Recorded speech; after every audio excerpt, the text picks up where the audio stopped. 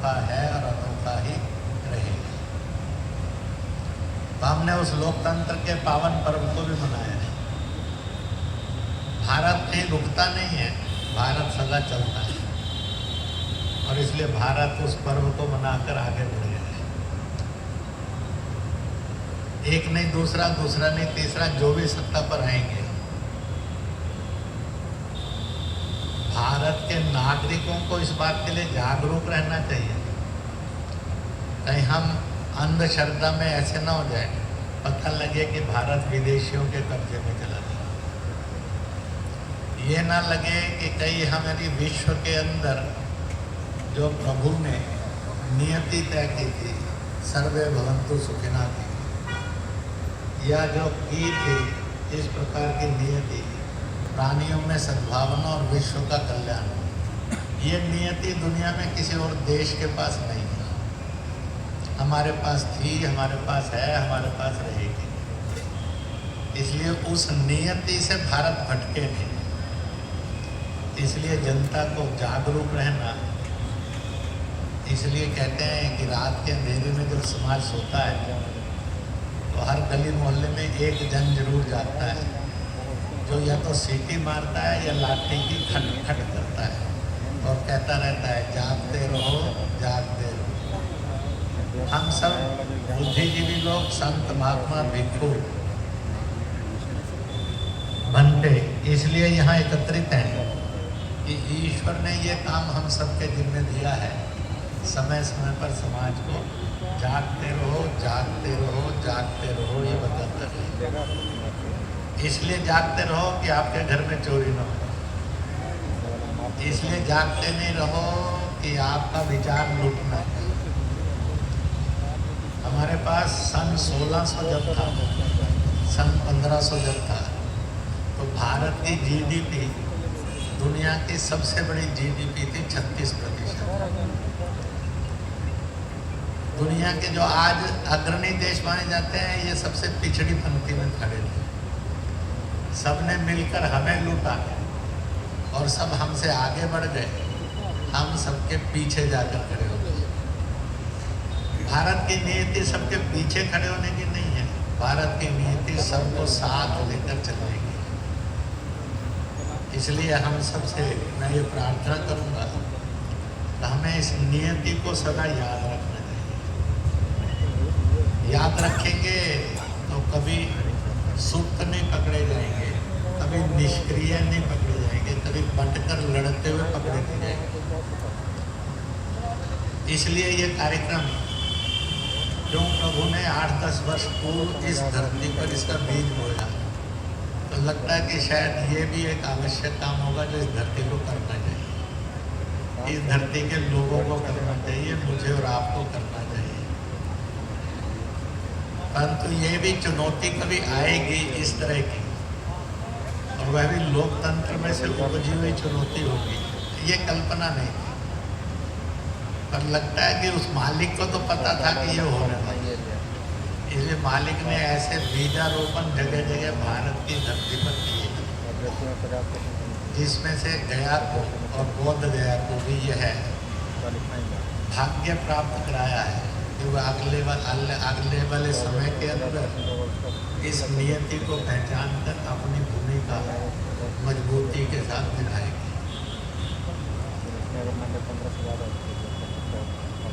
सनातन ने अपने शब्दों में कहा, भारत की धरती पर वर्तमान के अंदर 4 मत पंथों और उपपंथों की चर्चा होती है।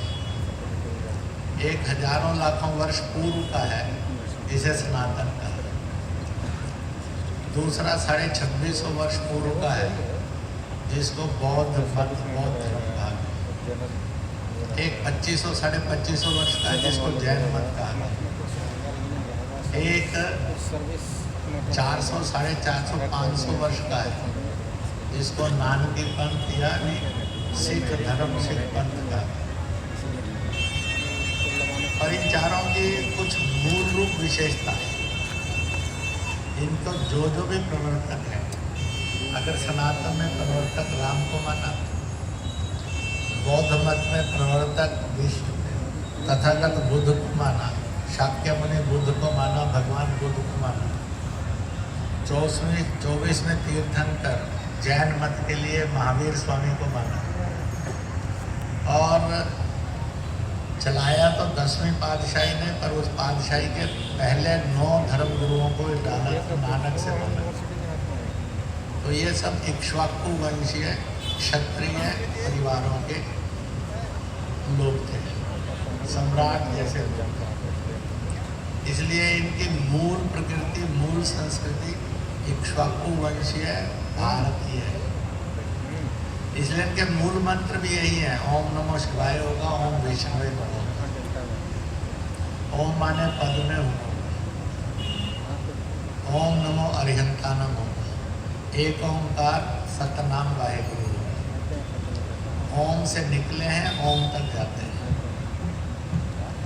तो इस प्रकार से देखेंगे तो मिलकर चलने के रास्ते भी हैं। और जो छोटे छोटे पूजा पद्धतियों में, ड्रेस में, आचरण में, शब्दों में अंतर है, उनके कारण लड़ने के भी अवसर है। इसलिए भारत की धरती पर ही ये जो घोष होता है, आवाज दो हम एक हैं। तो वो इसलिए नारा नहीं लगाया जाता कि दुनिया को पता लग जाए हम एक हैं, इसलिए लगाया जाता है कि सचमुच में हम एक हैं। इसका एहसास हम सबके अंदर सदा बना रहे। वो एहसास हम में से कभी इधर उधर जाए नहीं। भारत कहाँ तक था, और इसलिए दुनिया के अंदर 4 मत पंथ ऐसे हैं, धर्म ऐसे हैं जिन्होंने सृष्टि में विस्तार किया। सनातन ने किया है, भारत में जन्मे बौद्ध मत ने भी किया है, विश्व की धरा पर जन्मे हुए इस्लाम ने और ईसाइयत ने भी किया है, बाकी सीमित दायरों में। तो आज इन सब में टकराव चाहिए कि इन सब में समन्वय चाहिए। टकराव होगी तो हिंसा का जन्म होगा, हिंसा का जन्म होगा तो नफरतों का जन्म होगा, नफरतों का जन्म होगा तो दुनिया के अंदर विनाश विनाश विनाश होगा। इसलिए भारत की भूमि ने दुनिया को इस विनाश से बचाने के लिए कहा धर्म।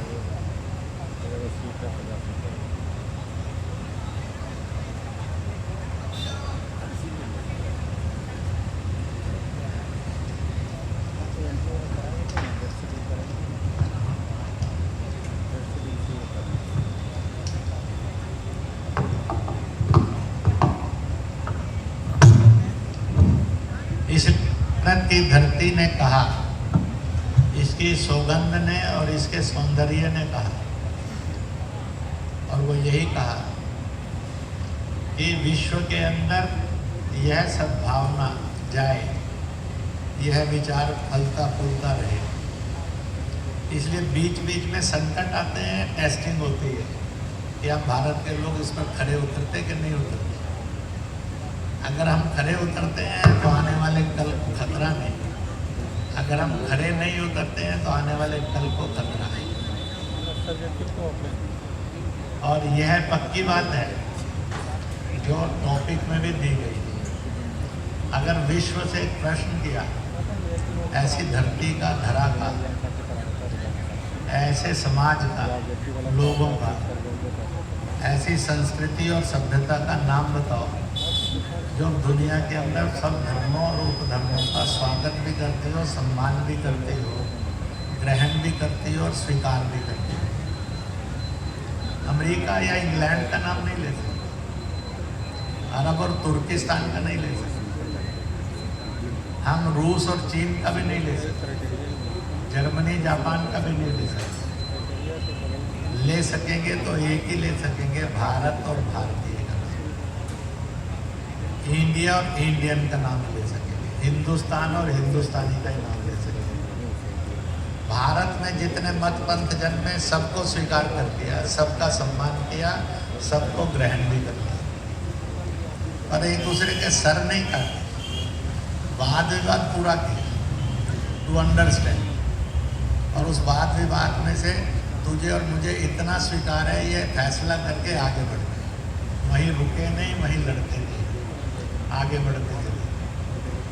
परंतु दुनिया के अंदर कुछ मत पंथ ऐसे भी निकले, वो आगे बढ़े परंतु धर्मांधता और धर्मांतरण के साथ। इसलिए विश्व के अंदर संकट भी खड़ा।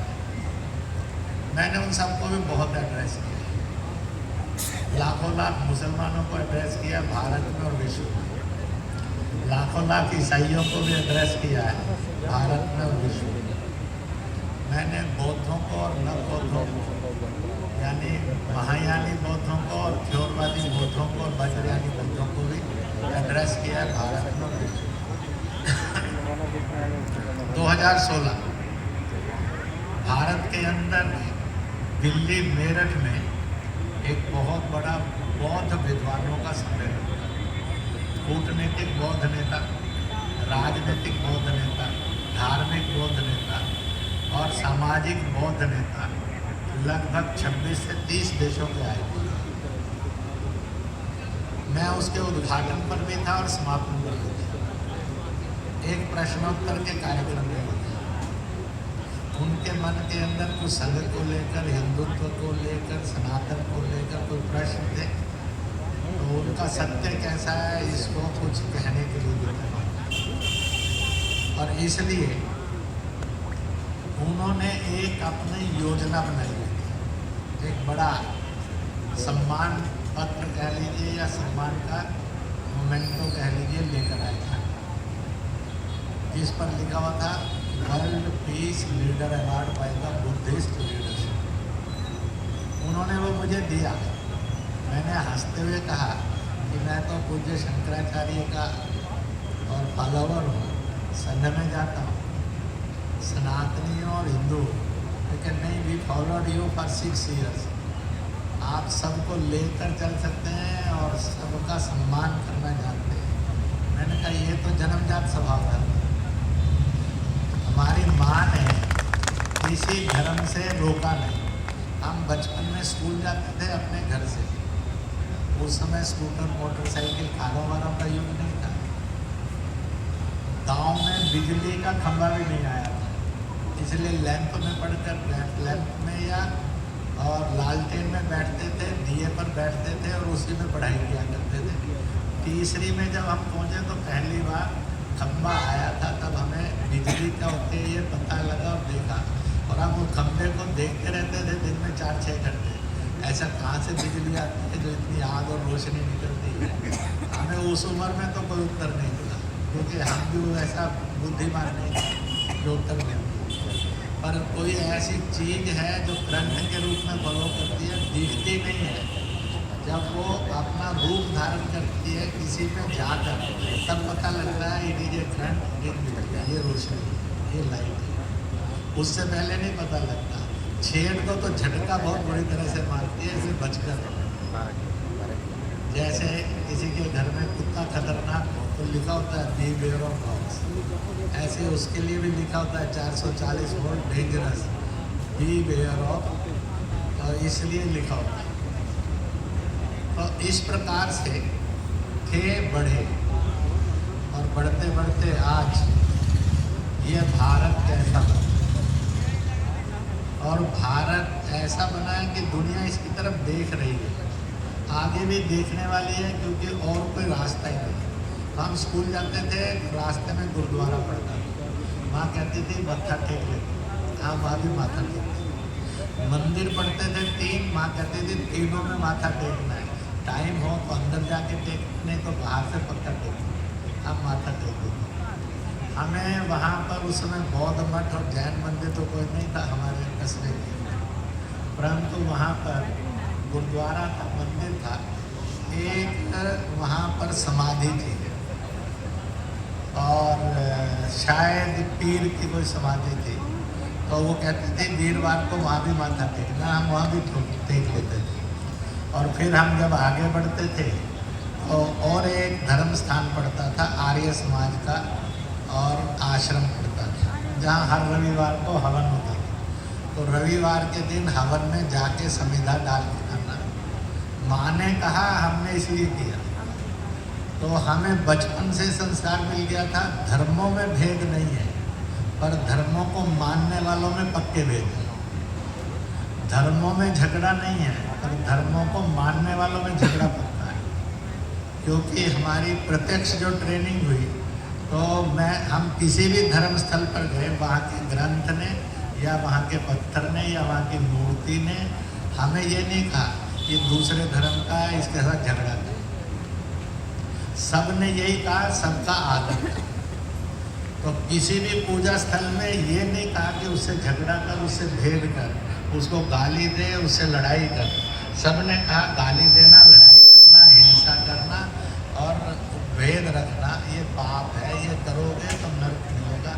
ये बौद्ध मत ने भी कहा, सिख मत ने भी यही कहा, जैन मत ने भी यही कहा, सनातन के मतांतरों ने यही कहा।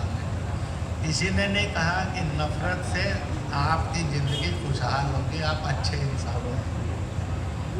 तो इसलिए यह सिखाने की क्षमता मानव जाति को किसी के पास थी, है और रहेगी। उसके परमानेंट कस्टोडियन हम भारतीय, इंडियन, हिंदुस्तानी, हिंदू थे, हैं और सदा रहेंगे। इसलिए इस अपने कस्टोडियन पने को नहीं छोड़ो और ये कस्टोडियन बना आना चाहिए। इसलिए follow your own religion, respect all other, if possible join all other. अपने अपने पर चलो, उससे समझौता करने की जरूरत है, परंतु दूसरे का सम्मान करो, निरादर नहीं करो, चीखो नहीं उस पर, लड़ो नहीं, नफरत नहीं करो। हो सके तो एक दूसरे में सम्मिलित करो। इसलिए आप आएंगे तो दुनिया में जितने मत, पंथ, उपपंथ, धर्म हैं, उन सब के चिन्ह मिल जाएंगे। मेरी आइडेंटिटी सनातन हिंदू थी, है, रहेगी। No danger to it. मैं अगर बौद्ध गुम्फा गया तो डेंजर नहीं, मैं जैन स्थानक गया तो डेंजर नहीं, मैं गुरुद्वारा गया तो डेंजर नहीं, मैं मंदिर गया तो डेंजर नहीं, शिव, वैष्णव, शाक्त गया तो नहीं, राधा स्वामी निरंकारी गया तो खतरा नहीं, योगी गया तो खतरा नहीं। जिनको दूसरे धर्म के मानने में और सम्मान करने में खतरा उगलता है, उन सबको आप सब मिलकर प्रार्थना करिए कि नो डेंजर। मुझे अपने अपने धर्म का इतना बड़ा सुरक्षा कवच है, दुनिया की कोई ताकत उसको नष्ट नहीं कर सकती। जब भी दुश्मन बनेंगे तो हम बनेंगे उसको समाप्त कर देंगे। इसलिए बौद्ध मत है, जैन मत है, सिख मत है या भी दुनिया की धरती की मत है, जब भी ये गिरावट में जाएंगे सनातन, तो अपने भक्तों के कारण जाएंगे, उनके फॉलोवर्स के कारण जाएंगे, दूसरों के कारण नहीं जाएंगे। उनमें गिरावट आएगी तो ये गिरावट आ जाएगी। तो गया सब धर्मों के सम्मान की सुंदर भूमि थी, है और सदा रहेगी। इसलिए इसको ज्ञान की भूमि भी कहा। तथागत बुद्ध ने जिन 4 आर्य सत्यों का विश्लेषण किया, एक दुख, यानी ये है, क्योंकि सामने हर एक को होता है, दुख है, ये एक सत्य है, यानी एक सत्ता है। उस दुख का कारण भी है, तो इसलिए दुख, हर एक दुख का कोई ना कोई कारण है, ये भी एक सत्य है। फिर उस दुख के कारण को खत्म करना ये संभव है, ये भी एक सत्य है। और कल दुख खत्म होगा, ये भी एक सत्य है। इस आर्य सत्य की यात्रा को तथागत बुद्ध ने अपने उपदेशों में दिया। जिस धरती पर आकर उनको ये ज्ञान प्राप्त हुआ, जिसके लिए उन्होंने एक लंबी यात्रा की थी, अपने शरीर से तप किया था, भूखे प्यासे रहकर, आंधी में, वर्षा में घूम घूम कर, तो भाग्य से वो गया में मिला। उस समय बौद्ध गया नहीं था, गया था पक्का। और गया के अंदर ही दुनिया की वनस्पति के अंदर एकमात्र वनस्पति जो 24 घंटे ऑक्सीजन देती है, जो जिसका क्षरण बड़ी कठिनाई से होता है, इसलिए पीपल जो 800, 900, 1000, 2000, 4000 वर्ष की आयु होता है, 700, 800 वर्ष से कम की आयु किसी पीपल वृक्ष की नहीं होती। इसलिए गीता में भगवान कृष्ण ने इसको वनस्पतियों में श्रेष्ठतम वृक्ष कहा, क्योंकि प्राणवायु देता है। उस वृक्ष के नीचे बैठे तथागत बुद्ध को ज्ञान के सत्य का प्रकाश हुआ, इसलिए उस पीपल को एक नई पहचान मिली, बौद्धि सत्य। इसलिए जिसकी प्राचीन परंपरा से सनातन में और सृष्टि में पहचान चली थी पीपल, उसको 2500 वर्ष पूर्व एक नई पहचान मिली। यह बोधिसत्व वृक्ष है, यानी जहाँ पर बैठकर बोध को सच्ची बोधित्व की ज्ञान प्राप्त हुआ, और वह भी गया नगरी के अंदर हुआ, जो भगवान विष्णु के नाम से जानी जाती है। ये ना आपने किया ना मैंने किया, इट इज ऑटोमेटिक हुआ। सारी दुनिया ने इसको स्वीकार भी कर लिया। जहाँ भगवान विष्णु वो गया हो गए, जब तथागत बुद्ध को ज्ञान हुआ बोध गया। बुद्ध वहाँ से चल गए, जो उनके जीवन का दूसरा चमत्कार होता है वह काशी जाकर होता है। देवों के देव महादेव की नगरी है। सृष्टि में जब कोई तीर्थ नहीं था तो एक ही तीर्थ था जिसको काशी कहते हैं। इसलिए सृष्टि का प्रथम और तीर्थ है काशी, शिव का धाम, जो सृष्टि के नियंत्रक माने गए, सब कुछ माने गए। तो उस जगह पहुँचे तो उसका एक हिस्सा जहाँ जाकर तथागत बुद्ध शाक्यमुनि भगवान बुद्ध ने अपना पहला प्रवचन किया, यानी अपने उस ज्ञान को जो पंचशील के तत्वों पर और 4 आर्य सत्यों पर खड़ा था, और उसका उपदेश दिया। तो जहाँ उपदेश दिया वो सारनाथ हो गया, और जो जिस धरती पर दिया था जो पहले से थी वो बाबा विश्वनाथ की नगरी थी काशी। तो विश्वनाथ की नगरी काशी यह, और उसी की भूमि सारनाथ, यानी जहाँ से नाथ का, ईश्वर का, सर्वशक्तिमान का प्रथम उद्बोधन हुआ आज के कलयुग के अंदर, वह सारनाथ हो गया।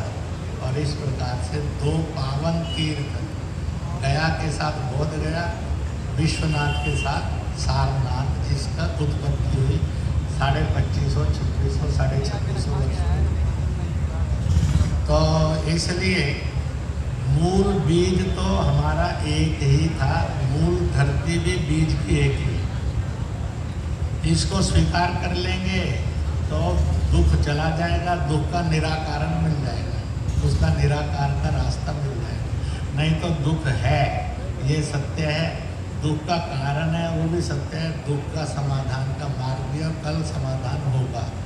तो इसलिए तथागत बुद्ध का ध्यान करेंगे तो 4 आर्य सत्यों में काशी विश्वनाथ, सारनाथ और गया और बोध गया के अंदर बिल्कुल स्पष्ट अंकित है। मुझे और आपको उसका अनुभव करना, एहसास करना है और उसको प्रकट करना है। जिस दिन हम एहसास करेंगे और प्रकट करेंगे, उस दिन फिर से और बिहार और भारत, इसके अंदर एक परिवर्तन के युग का जन्म होगा। तो अगर मैं पूछूं कि हम सब मिलकर इस नए परिवर्तन का युग, मत पंथों में, धर्मों में विवाद नहीं, धर्मांतरण नहीं, धर्मांधता नहीं, धर्मों का सम्मान, यह हरा भरा हो, कल आए। अगर लगता है कि ये संकल्प किया जा सकता है तो दोनों हाथ ऊपर खड़ा करें। बोल भगवान तथागत बुद्ध की, बोल भगवान विष्णु की, बोल भारत माता की, हर हर महादेव। तालियां बजा ली। तालियां मैंने इसलिए बजाई है कि एक बार चेहरा मुस्कुरा दो। तनाव मुक्त तो आप पहले से बैठे हैं, बिना तनाव के, ये तो आपके चेहरों से टपक रहा था, पर तनाव से मुक्ति होकर उसमें और आलोकित हो जाए तो जरा मुस्कुराए चेहरा तो जरा खूबसूरत लगता है। कहते हैं 5 सेकंड मुस्कुराइए तो फोटो खूबसूरत हो जाती है। तो जिंदगी भर मुस्कुराए तो जिंदगी कितनी हसीन हो सकती है। इसलिए मुस्कुराहट को छोड़िए नहीं, अगर बांटना है कुछ तो मुस्कुराहटों को बांटिए, फिर आपको पता लग जाएगा दान क्या करना। अगर आपने तय कर लिया दूसरे को मुस्कुराहटें देनी है तो आपको कभी संकोच नहीं रहेगा क्या दान देना चाहिए, क्या मदद करनी चाहिए, क्या प्यार बरसाना चाहिए। तो इसलिए आप मुस्कुराहट बांटने का ठेका ले लीजिए, बाकी कर्म अपने आप आपको आ जाएंगे कि बिल्डिंग किस चीज़ से बनानी है, उसमें कौन से कार्यक्रम करेंगे। तो इस प्रकार का हम करेंगे, इस विश्वास के साथ आगे बढ़ना चाहिए। क्योंकि मैं एक दो बहुत छोटी सी बात कहकर समाप्त करूंगा। यह तो एक सच था है कि कुछ ना कुछ करते रहने से कुछ ना कुछ परिणाम आते हैं, कुछ ना करेंगे तो भी परिणाम आते हैं। अगर हम सक्रिय हैं तो उसके अनुसार परिणाम आएंगे, अगर हम निष्क्रिय हैं तो उसके अनुसार भी परिणाम आएंगे, क्योंकि धरा को, सृष्टि को, समय को रुकना नहीं है, समय चलता है। इसलिए महापुरुषों के बारे में समय ने बड़ी सुंदर सी बात कही है समय नदी की बाढ़ के अक्सर सब बह जाया करते हैं, है समय बड़ा तूफान प्रबल पर्वत भी झुक जाया करते हैं, अक्सर दुनिया के लोग समय में चक्कर खाया करते हैं, लेकिन कुछ ऐसे भी होते हैं इतिहास बनाया करते हैं। तो गया की धरती को भगवान ने इतिहास बनाने का काम किया।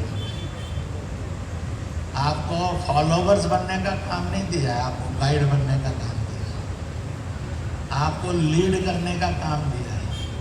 अगर आप भूल जाएंगे लीड करने को तो फिर ढूंढना पड़ेगा कोई ना कोई, और ढूंढेंगे तो भगवान के प्रति अपराध होगा, क्योंकि भगवान ने जब इतना सुंदर संकेत दिया है, जिन्होंने अहिंसा परमो धर्म के मार्ग से चला, ये दिया है। इसलिए सनातन में माना जाता है भगवान हंता नहीं है, भगवान किसी को मारते नहीं है। राम ने रावण का वध किया, ये असत्य वचन है। राम ने रावण का उद्धार किया, ये सत्य वचन। इसलिए अपने यहाँ ब्रह्मा जी को माना है कि जो सृष्टि की रचना करते हैं, विष्णु माना जो पालन करते हैं, पालनहार है, और शिव को कहा जो उद्धारक है। जो शिव को संहारक कहते हैं वो पाप करते हैं, पाप कभी नहीं करना चाहिए। इसलिए कृष्ण ने कंस को मारा नहीं, वध नहीं किया। ये पश्चिम की कल्पना है, डिस्ट्रॉयर की। भारत की कल्पना थी कि कंस का अपराध बढ़ते बढ़ते इतना हो गया था, वो जिंदा रहेगा और पाप करेगा, समाज को कष्ट होगा, और उसका पाप ऐसा बढ़ जाएगा कि जन्म जन्म भी उसका उद्धार नहीं होगा। इसलिए उसका उद्धार जल्दी कर दिया ताकि पाप की सीमा तय हो जाए कि इससे ज़्यादा अत्याचार और पाप नहीं बढ़ेगा, लोगों का दुख नहीं बढ़ेगा। इसलिए कृष्ण ने कंस का वध नहीं किया, कृष्ण ने कंस का उद्धार किया। तो इसलिए इन गहराइयों को भी समझता रहना चाहिए, क्योंकि इन सब का दिल दिमाग पर असर पड़ता है, उसके जीने के स्टाइल पर भी। इसलिए हमने ये नहीं कहा कि आपने हमारे धर्म का अपमान कर दिया तो इसका सिर धड़ से अलग कर दिया। हमने फिर भी यही नारा लगाया, प्राणियों में सद्भावना और विश्व का कल्याण। मैं हरियाणा में बैठा था प्रवास पर, तो मुझे कुछ धर्मों के लोग मिल जाएं, गाय हिंसा को लेकर और लड़कियों को भगा लेते हैं, और जो लव जिहाद है इसको लेकर चर्चा की। तो मैंने सुनी, मैंने कहा चलो अब एक नारा लगाएंगे, गौ हत्यारों को, लड़कियों की इज्जत लूटने वाले, चोर डकैते लुच्चे लफंगों को छोड़कर सब में सद्भावना हो। कोई ने नहीं लगाया, तो कहते नहीं नारा पक्का रहेगा, प्राणियों में सद्भाव हो, विश्व का कल्याण हो।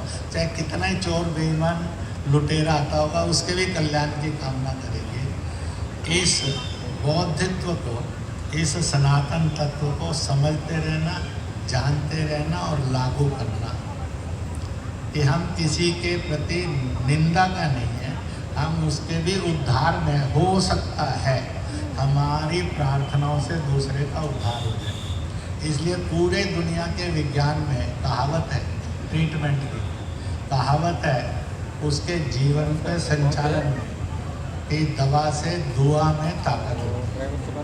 दुनिया में किसी ने नहीं कहा दुआ से दवा में ताकत होती है, बिल्कुल नहीं कहा। सबने कहा है कि दवा से दुआ में ताकत ज़्यादा होती है। तो अगर हम कल्याण की दुआ करते रहेंगे तो एक दिन वो फलेगी।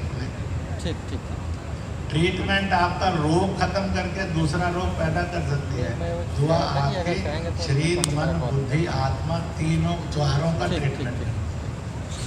इसलिए कहते हैं बीमार आदमी के लिए 4 एजेंसियां लगती हैं। एक डॉक्टर और डॉक्टर के साथ जो पैराफर्नेलिया होता है उसे कर्मचारी वगैरह दिखलाते हैं, वो रोग का जजमेंट लेते हैं, रोग के जजमेंट के बाद उसको ट्रीटमेंट के लिए मेडिसिन देते हैं और दिलवाते हैं। तो इसलिए बाहर जो फार्मासिस्ट होता है वो भी इसमें होता है। तो पहला है। दूसरा, घर के लोग जो उसके रोग में उसके साथ खड़े होते हैं, ट्रीटमेंट देते हैं, आराम की व्यवस्था करते हैं, भोजन की व्यवस्था करते हैं, वो मुस्कुराए इसकी चिंता करते हैं। तो family members, nearer and dearest.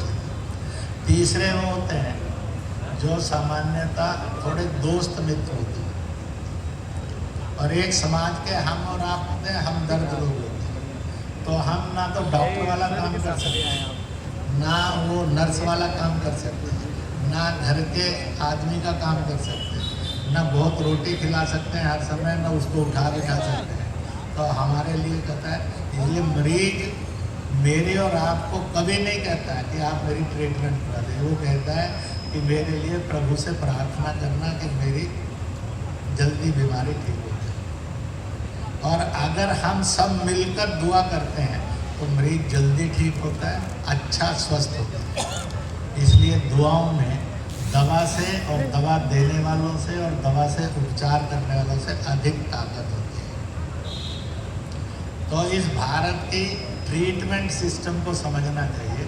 पश्चिम के अंदर मनुष्य और मनुष्य में लगाव नहीं है, इसलिए बीमार के पास कोई अटेंडेंट नहीं होता है। और यहाँ तो बीमार को पता लग जाए, चाचा जी का लड़का, ताई मामा के बेटे की बेटी की बहू आई हुई थी, पूछने नहीं है, ये बेचारा और बीमार हो जाता है। वो खोद कर पूछता है कि वो आया कि नहीं आया, आया कि नहीं आया, क्योंकि वो उसके वो वेल विशर होते हैं जो भगवान से प्रार्थना करते हैं, मरीज ठीक होता है। इसलिए प्रेयर ऑलवेज पेस। कहते हैं प्रेयर ऐसी चीज़ होती है जो कभी भी व्यर्थ नहीं जाती है, वो हमेशा लाभकारी होती है, वो प्रदान करती है। इसलिए इस प्रभा के बौद्ध और हिंदू सनातनी ये मालिक थे, मालिक हैं और मालिक रहना चाहिए। और इसको लेकर जाएंगे तो आने वाला कल वो नहीं होगा जब भारत का विभाजन होगा, आने वाला कल वो नहीं होगा जब देश में दंगे होंगे, आने वाला कल वो नहीं होगा जब छुआछूत फैल जाए, आने वाला कल वो नहीं होगा कि मंदिर पूजा स्थल टूटने से प्रारंभ हो। बहुत बहुत वर्षों के बाद भारत ने उस युग में प्रवेश किया है जब मंदिरों का सम्मान होगा, पूजा स्थलों का सम्मान होगा, विध्वंस नहीं होगा। अब ये परमानेंट करना है, इसको परमानेंसी में बदलना है। परमानेंसी में बदल पाएंगे जब हम में यही भाईचारा और एकता होगी, जिसके लिए नारा है, आवाज दो हम एक हैं। इस भाव के साथ यहाँ पर मूल अपनी धरती और संस्कृति का जो चरित्र है और चित्र है, बाकी विद्वानों ने भी आपके सामने बहुत विषय रखे हैं। मैं कहूँगा कि सबके विषयों का निचोड़ बनाकर 11वीं जब पुस्तक आएगी तो पिछले 8-10 सम्मेलनों के निचोड़ उसमें प्रकाशित होंगे, उनके नाम से होंगे। तो ऐसा व्यवहारिक ज्ञान ग्रंथ का और ज्ञान ग्रंथ का उदय होगा जो सबको सब हालात में मार्ग दिखाएगा। अनपढ़ को भी मार्ग दिखाएगा, पढ़े लिखे को भी मार्ग दिखाएगा, विद्वान को भी मार्ग दिखाएगा, और जो समझदार है उसको भी मार्ग दिखाएगा। तो इस प्रकार का अगले वर्ष फिर से मिलेंगे। इन्हीं शब्दों के साथ मैं कार्यक्रम की सूचना होगी। आज यहाँ पर इस सम्मेलन के बाद कार्यक्रम समाप्त होगा, भोजन है, वो सूचना और निमंत्रण जिन्होंने रखा है वो देंगे आपको। कल सुबह 10 बजे के लगभग बोधि आश्रम में इकट्ठे होंगे, महाबोधि आश्रम में ना है,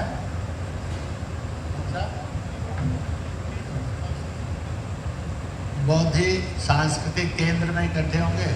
बिहार के सम्माननीय राज्यपाल भी वहाँ आएंगे, हम सब लोग भी होंगे, और चीवर दान की यात्रा प्रारंभ करेंगे मिलजुल कर, सनातन मतावलंबी, बौद्ध मतावलंबी मिलकर। और भगवान बुद्ध को जहाँ ज्ञान उनको प्राप्त हो उस बोधिसत्व के भी दर्शन करेंगे और उस प्रतिमा के भी और दर्शन करेंगे और चीवर उनको दान देंगे।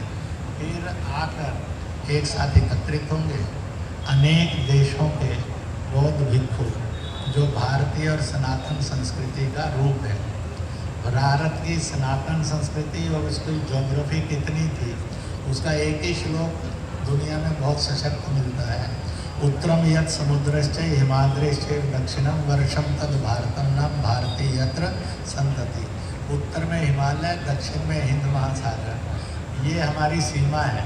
पूर्व और पश्चिम में जहाँ ये दोनों नज़दीक आकर मिलते हैं, लगभग एक ईरान है, एक इंडोनेशिया है। कभी महाभारत काल में इतना बड़ा भारत था जिसके धर्म सम्राट युधिष्ठिर राजा बने थे। आज वहाँ से घटते घटते घटते घटते अब कटने और घटने के लिए स्कोप ही नहीं बचा। अब जो भी होना है, गया जन्म, गया जमीन, फिर से हमारी साथ हो। इसलिए यह एक सत्य था है। हम सब जैसे जैसे पूर्वजों की ओर जाएंगे, हमने मत बदले हैं, पंथ बदले हैं, पूजा पद्धतियाँ बदली हैं, हमने वेशभूषाएँ बदली हैं, हमने पूजा स्थल नए नए बनाए हैं, हमने व्यवसाय बदले हैं, नौकरियाँ बदली हैं, ज्ञान की डिग्रियाँ भी बड़ी की हैं, ये सब किया है। और अगर कोई शाश्वत सत्य है, वी कांट चेंज आवर पूर्वज।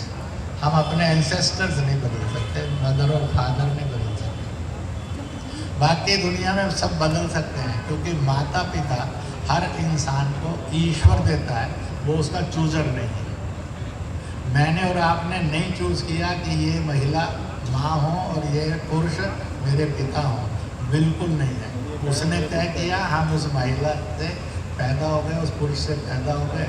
इसलिए we can't change our forefathers, we can't change our ancestors, we can't change our mother and father. तो हम सब एक थे, एक हैं, एक रहेंगे। तो वहाँ जीवनदान कार्यक्रम के बाद फिर एक भिक्षुओं को और जीवनदान का कार्यक्रम होगा, छोटा मोटा प्रेस का उद्बोधन होगा, राज्यपाल जी चले जाएंगे, बाकी हम में से कुछ लोग नालंदा जाएंगे। कल शाम को नालंदा विश्वविद्यालय के अंदर भी एक बड़ी गोष्ठी है, वो करके आएंगे। और अपना कल रात को और अंत इस 10वें और जीवनदान महाबोधि यात्रा का समापन हो जाएगा। फिर अगले साल मिलेंगे, पक्का मिलेंगे, धूमधाम से मिलेंगे, कुछ अधिक उत्साह से, जोश से मिलेंगे, कुछ नए संकल्पों को धारण करते हुए मिलेंगे। और इस एहसास से मेरा यह जीवन सार्थक हो, यह करुणा और मैत्री से ओतप्रोत हो, यह बंधुत्व से, भाईचारे से और प्यार से अनोखा हो, ऐसा संकल्प करते हुए मैं आप सबसे अनुमति चाहता हूँ। मंच पर जो उपस्थित हैं इन सबको बहुत बहुत धन्यवाद कि ये सब आए कार्यक्रम में। आप सबको इसलिए बहुत बधाई। 100 के लगभग यात्री, उनका टाइम टेबल बनाने में थोड़ी गड़बड़ हो गई। वो नेपाल गए, नेपाल से चल तो पड़े कल रात को, पर यहाँ आने के लिए अभी उनको और शायद 1.5-2 घंटे लग जाएंगे। मेरठ के हैं, रतलाम के हैं, इंदौर के हैं, भोपाल के हैं, ग्वालियर के हैं और ऐसे सब हैं। बाकी 125, 150, 200, 150 आ गए हैं। 100 कभी इन वेटिंग है जो रात को अंधेरे में कभी भी एंटर करेंगे। तो इस प्रकार से इस बार 5 बसों से और कुछ ट्रेन से आए हैं यात्री। उत्तर प्रदेश के अंदर के बौद्ध बनते भिक्षु, यह पूर्वी उत्तर प्रदेश, पश्चिमी उत्तर प्रदेश, इन सारे में से बड़ी संख्या में आए हैं। मेरठ वगैरह की तरफ से भी आए हैं। तो इस प्रकार से आए हैं। अगले वर्ष 11वां उत्सव कुछ और धूमधाम से मनाएंगे।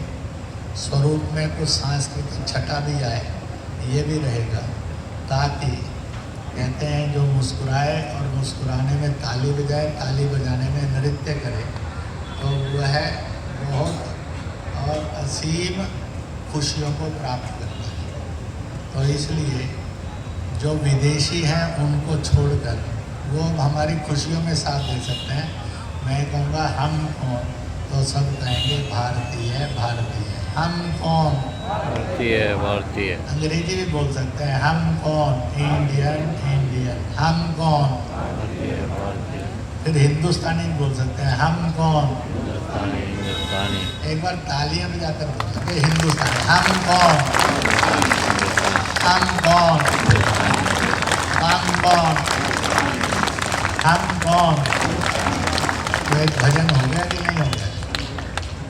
तो ये कीर्तन में जोड़ लीजिए अपने को, हम कौन, हिंदुस्तानी हिंदुस्तानी हिंदुस्तानी हिंदुस्तानी। 4 बार बोलेंगे, हम कौन हिंदुस्तानी। फिर से, हम कौन। हिंदुस्तानी हिंदुस्तानी हिंदुस्तानी हिंदुस्तानी। इतना धीरे बोलिए कि आपके घर में आवाज चली जाए। हम कौन। अब इसे और धीरे बोलिए, थोड़ा सा लाहौर और ढाका सुन जाए। हम कौन। थोड़ा और धीरे से, थोड़ा सा यूएनओ को सुन जाए, थोड़ा बीजिंग को सुन जाए। मैं कहूँगा आवाज दो, आपने कहना हम एक हैं। आवाज दो, आवाज दो, आवाज दो। आप सबको बहुत बहुत बहुत बहुत बधाई। स्वस्थ रहिए, प्रसन्न रहिए, मिलजुल कर रहिए। इन्हीं शब्दों के साथ आपने धैर्य से इस सभा को सुना और बनाकर रखा। आप सबके लिए ढेर शुभकामनाएं। बहुत बहुत